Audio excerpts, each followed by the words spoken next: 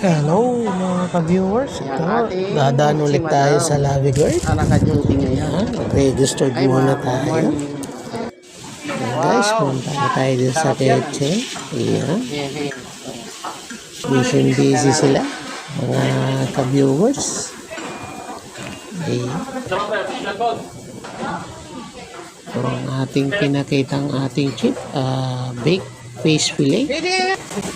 Big salmon po yan guys. Tapos meron silang short order na chop suey. Meron din silang fried omelette.